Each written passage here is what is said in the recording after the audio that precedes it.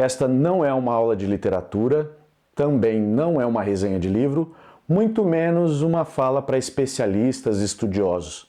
Eu quero te convidar a percorrer comigo alguns roteiros de leitura, pelo prazer da troca de experiência.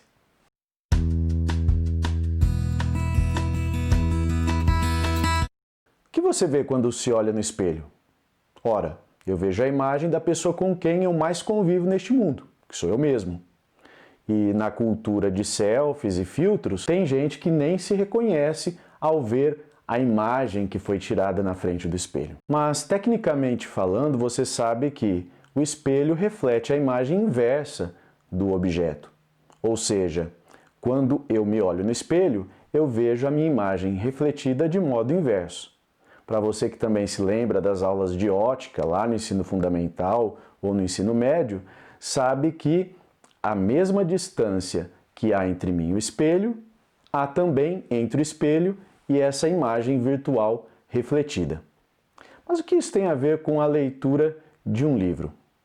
Pois bem, eu quero te convidar a fazer a leitura deste livro, Primeiras Histórias de João Guimarães Rosa, a partir destes princípios de simetria e espelhamento. Primeiras Histórias foi publicado em 1962, quando Guimarães Rosa já era conhecido por Sagarana, pelas narrativas de Corpo de Baile e também pelo romance Grande Sertão Veredas. Parece que o autor foi desafiado a escrever textos mais curtos, já que até então ele só tinha escrito narrativas longas. Encontram-se aqui 21 textos. E o interessante é que o texto que se encontra no meio do livro, bem no meio, o 11º para ser mais exato, tem o título de O Espelho. Não é uma narrativa com um enredo convencional, com uma ação que se desenvolve por um conflito e chega a um clímax e um desfecho. Na verdade, se trata de uma investigação filosófica ou científica um tanto quanto inusitada. Um narrador, ele se dedica a relatar uma experiência em que ele quer, observando-se constantemente em um espelho, enxergar a própria alma. Interessante porque ele parte de um princípio de investigação racional, lógica, científica, mas o propósito dessa investigação nega essa objetividade. Ele então mobiliza nesse processo de busca da própria alma através do espelho, até mesmo referências à cultura popular. Por exemplo, aquele costume antigo, quando as pessoas morriam e eram veladas em casa, de se cobrir todos os espelhos, que a imagem da pessoa morta, o seu espírito, poderia aparecer. Este conto espelho também é um prato cheio para o pessoal da psicanálise. Isso porque existe a fase do espelho, que foi descrita por Lacan lá na década de 30, se você quiser informações sobre ele, também tem um link na descrição, em que a criança, por volta dos 6 meses até 1 ano e meio, se reconhece, faz uma representação da sua totalidade corporal. E nessa fase do espelho, a criança só tem noção de que é alguém separado do outro, separado das coisas, a partir da representação dos outros. Mais especificamente, as pessoas que fazem parte, do rol de convívio dessa criança. Sobretudo a mãe, o pai ou outras pessoas que convivem com ela nesses primeiros meses. Portanto, a identificação do eu, a formação do ego, nessa perspectiva, depende da representação do outro, que são vários feixes, imagens, e a partir delas a criança constitui o seu próprio eu. Isso é a origem do próprio imaginário, ou seja, a identificação de mim mesmo depende da representação do outro a partir de imagens. Voltando ao conto, percebe-se que há essa relação com a fase do espelho, mas de modo inverso.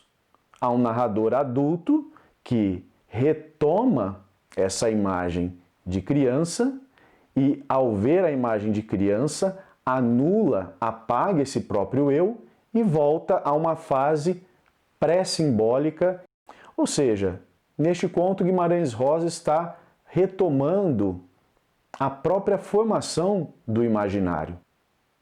O que intriga é o seguinte: se no meio do livro há um conto chamado O Espelho, será que todas essas narrativas que estão na primeira parte do livro são espelhadas nas narrativas que se encontram na segunda metade do livro?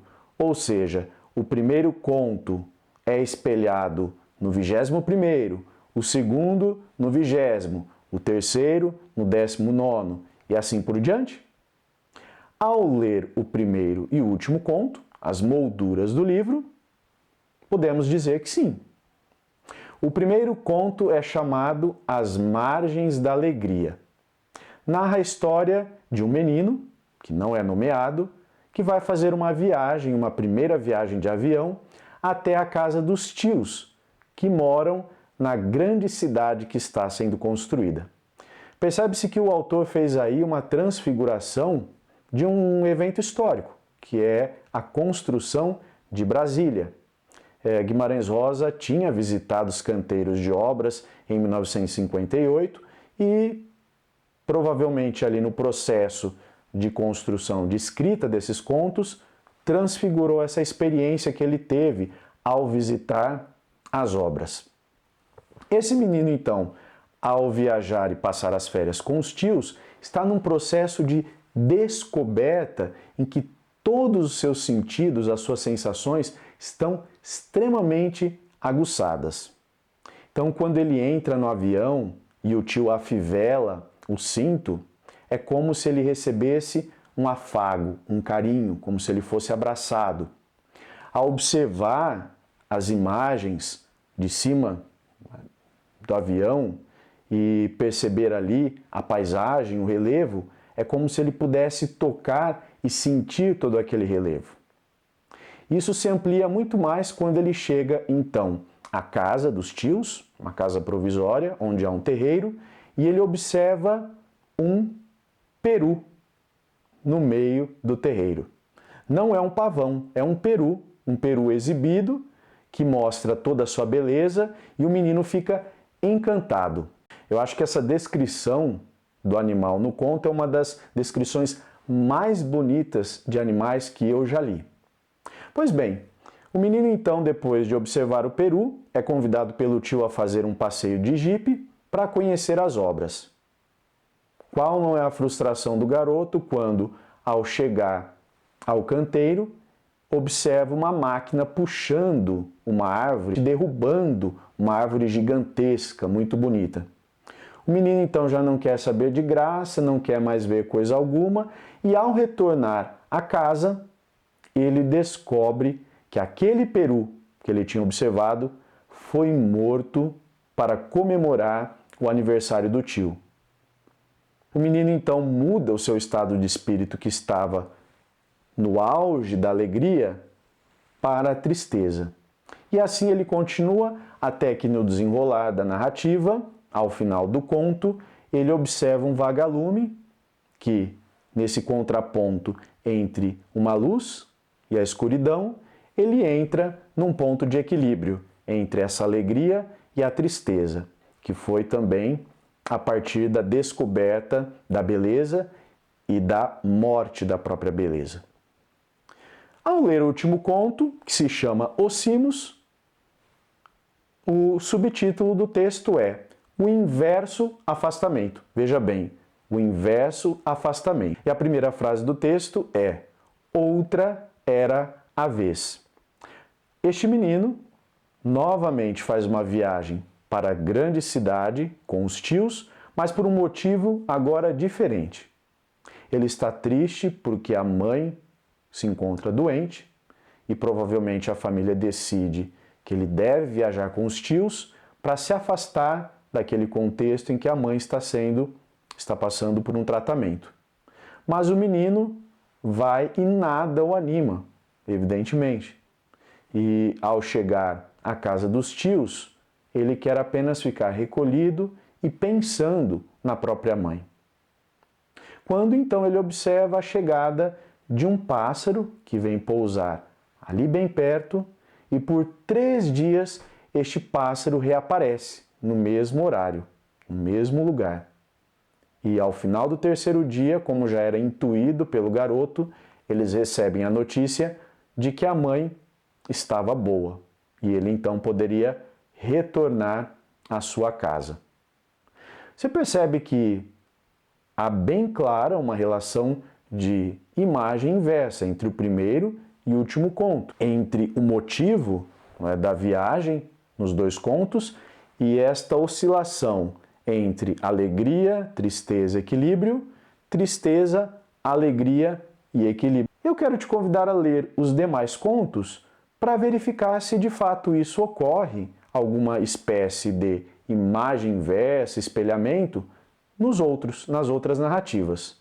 Já adianto que você pode fazer uma leitura bastante interessante comparando a Terceira Margem do Rio, que talvez seja o texto mais comentado deste livro, com a narrativa A Partida do Audaz Navegante, que seria o correspondente nesta relação simétrica. Uma coisa interessante sobre Primeiras Histórias é que, apesar de haver esta relação simétrica, racional, uma construção que busca dar uma unidade nesta diversidade de contos, essa unidade, esta relação lógica parece se romper, acaba sendo negada na própria substância, não é, de construção linguística destes contos. Meu último recado deste roteiro é: leia este livro, que é delicioso, aproveite todas essas narrativas, faça essas comparações e assim vá desfrutando um a um estes contos, porque vale a pena. E depois me diga se realmente você verificou uma relação de espelhamento, uma relação de simetria, ou qual dos contos mais te empolgou, que você mais achou interessante nesta bela obra de Guimarães Rosa. Até a próxima!